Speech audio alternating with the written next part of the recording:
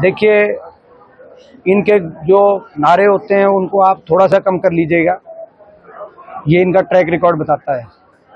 आपने देखा 75 का नारा, 75 पार का नारा 40 पे रुक गया, 400 पार का नारा 240 पे रुक गया। तो 60 का नारा तो इस रेशो से, इस अनुपात में 60 का नारा तो 30 पे रुकता दिखाई दे रहा है। मगर जो इनका ट्रैक रिकॉर्ड ही बता रहा है। अब वो मगर हमारा मानना है कि शायद 30 जो है ये इनका बड़ा, हरियाणा में बदलाव प्रचंड बहुमत के साथ होगा। हरियाणा की जनता इस सरकार से दुखी हो चुकी है। भाजपा के झूठी घोषणाओं से, भाजपा के लोगों से, जो भाजपा की सरकार ने 10 साल तक हरियाणा के लोगों से जो छल किया है, देश में विकास में जो प्रदेश सबसे आगे था उसको बेरोजगारी में, अव्यवस्था में देश में सबसे आगे पहुंचाकर और विकास की पटरी से उतारने का काम किया और हर वर्ग की अनसुनी करी। आज जनता दुखी है, जनता बदलाव करेगी प्रचंड बहुमत से। बात अमित शाह पंचकुला में थे, उन्होंने कहा कि न्याय सिंह सैनी के नेतृत्व में लड़ेंगे और आने वाले मुख्यमंत्री ये तो देखो उनका अपना अंदरूनी मैटर है। कांग्रेस प्रचंड बहुमत के साथ चौधरी उपेंद्र सिंह हुड्डा जी के नेतृत्व में और चौधरी उदय भान जी की अध्यक्षता में कांग्रेस पार्टी सरकार हरियाणा में बनाने जा रही है। संविधान को लेकर आपके साथ संसद में ओम बिरला की जिस तरह से तीखी टिप्पणी हुई, उसको लेकर देखिए, आप सब जानते हैं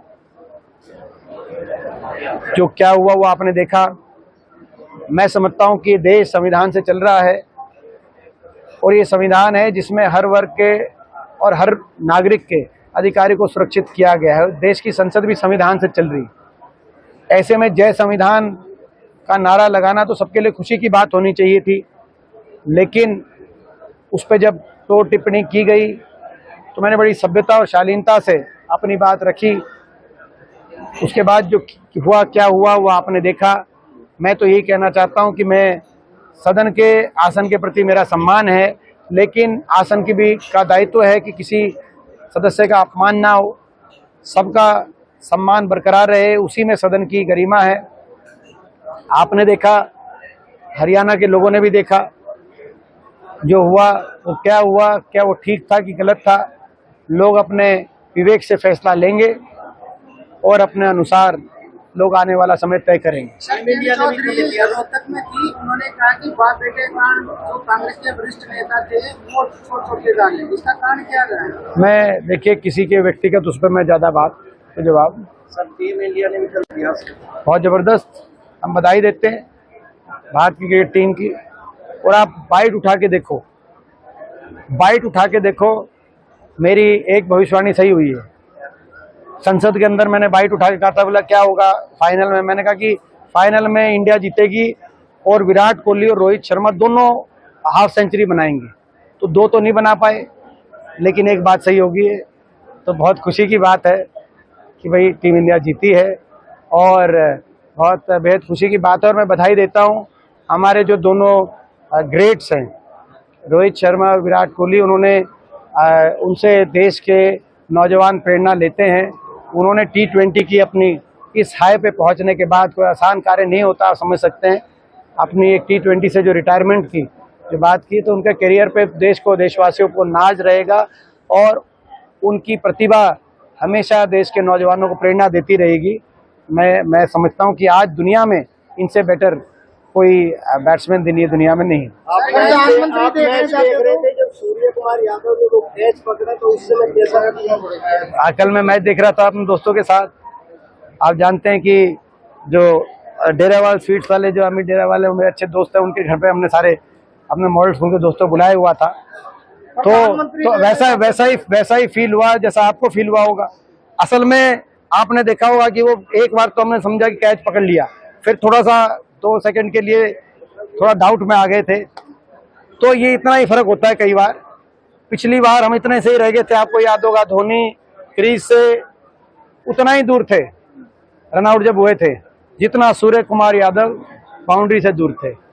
तो मैं समझता हूं कि न्याय देश की टीम के साथ न्याय हुआ है, देश के साथ न्याय हुआ। हमारी देश की टीम पिछली बार भी वर्ल्ड कप जीतने वाली टीम थी, लेकिन वो उतनी क्रीज से रह गए थे, तो उतने फासले से ये कैच पकड़ा गया है। तो देश के साथ न्याय होगा। धड़कने तेज थी भाई, धड़कने तेज थी। चौपट हो गया, ये चौपट राज है, ये 10 साल का चौपट राज। केवल स्टेडियम ही अगर खराब हुआ हो तो हम बताएं। मैंने तो, आप देखो सड़कों का क्या हाल है, आप देखो अस्पतालों का क्या हाल है, स्कूलों का, कॉलेजों का। सर नायब सिंह सैनी तो ये चौपट राज है। एक इस राज का एक मैं नया नाम दे रहा हूं आपको, जो आपसे बात करते करते निकल गया। अब ये इस नाम को चलाएंगे हम, चौपट राज। सर हरियाणा में बीजेपी का चौपट राज। नायब सिंह सैनी रोहतक में थे, उन्होंने कहा कि भूपेंद्र सिंह हुड्डा को मैं पूरी चुनौती देता हूँ, जिस तरह से काम हुए, जो पर्ची और जिस तरह से उन्होंने गंभीर आरोप लगाए। अब भाजपा के तमाम नेता सुबह से शाम तक हुड्डा साहब पे निशाना साधते हैं। कल जो हमारे केंद्रीय गृह मंत्री आए, मैं पढ़ रहा था बयान, उनका बयान है कि उन्होंने मेरे पे निशाना साधा। कल केंद्रीय गृह मंत्री ने, उन्होंने कहा कि भाई जो है तारा और सितारा नहीं चलेगा, राहुल जी और मेरे बारे में ऐसा कुछ कहा। तो मैं समझता हूं कि उनको मैं बताना चाहता हूं, जो हमारे केंद्रीय गृह मंत्री जी ने जो कहा राहुल जी और मेरे को तारा और सितारे की संज्ञा देके कहा कि तारा और सितारा नहीं चलेगा, मैं उनसे कहना चाहता हूँ ये तारे और सितारे तो तब भी चमक रहे थे जब वो धरती पे नहीं थे, और ये तारे और सितारे तो अनंत काल तक इनमें चमक तो रहेगी। अब इस बात को जो है उन्होंने उस बात को कह दिया, तो अब मैं क्या कहूँ। ये है कि आयुष्मान, ये हम कह रहे थे, आपने देखा होगा चुनाव में भी ये बात आई कि आयुष्मान की जो स्कीम है, ये जो स्कीम है, इस स्कीम के लिए पर्याप्त बजट और अच्छा पर्याप्त बजट नहीं दिया गया है और क्रियान्वयन इसका अच्छे से नहीं हुआ है। और यही कारण है कि आज हरियाणा के सभी जो अस्पताल हैं, जो पैनल में हैं आयुष्मान के, कल से उन्होंने हड़ताल में जाने का फैसला किया। डॉक्टर्स डे पर इतना बड़ा कदम उठाना, कठोर कदम उठाना पड़ रहा है हरियाणा के सारे डॉक्टर्स को, ये कोई छोटी घटना नहीं है। और सरकार की ऐसी आयुष्मान स्कीम जिस पे बजट कम दिया गया, उसके पे इश्तिहार उसके ज़्यादा, उसकी पब्लिसिटी पे ज़्यादा बजट दिया गया। स्कीम पे कम बजट है, पब्लिसिटी पे ज़्यादा बजट है। 300 करोड़ रुपए पेंडिंग है, बिल पेमेंट पेंडिंग है, जो हरियाणा के तमाम पैनल के डॉक्टर्स और अस्पतालों की 300 करोड़ रुपए, और जिसमें रोहतक के 25 करोड़ है। मतलब आप समझो एक शहर के 25 करोड़ डॉक्टर्स के अपने जेब से इलाज हो गया, तो तब तक वो डॉक्टर्स कर पाएंगे, चाहे कितनी मानवता को लेकर उनके दिल में पीड़ा हो, आप उसका अंदाज़ा लगा सकते हैं। तो हम विपक्ष के नाते पूरी तरीके से कल से होने वाली इस हड़ताल का पूर्ण रूप से समर्थन करते हैं। ये सरकार इसका समाधान करे, निकाले, और नहीं तो आने वाले समय में कांग्रेस पार्टी की जब सरकार बनेगी, इसका पर्याप्त बजट आवंटन और इसको अच्छी तरीके से क्रियान्वयन करने के लिए जो कदम उठाने होंगे, हम अपने घोषणा पत्र में वो सारे लिखेंगे और करेंगे।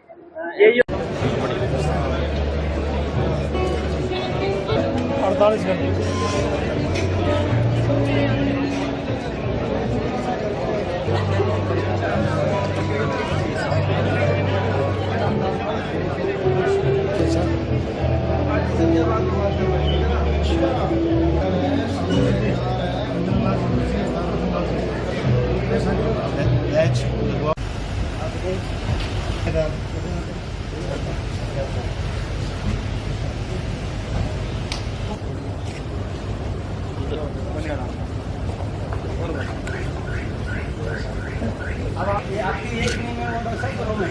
हाँ जी, यस।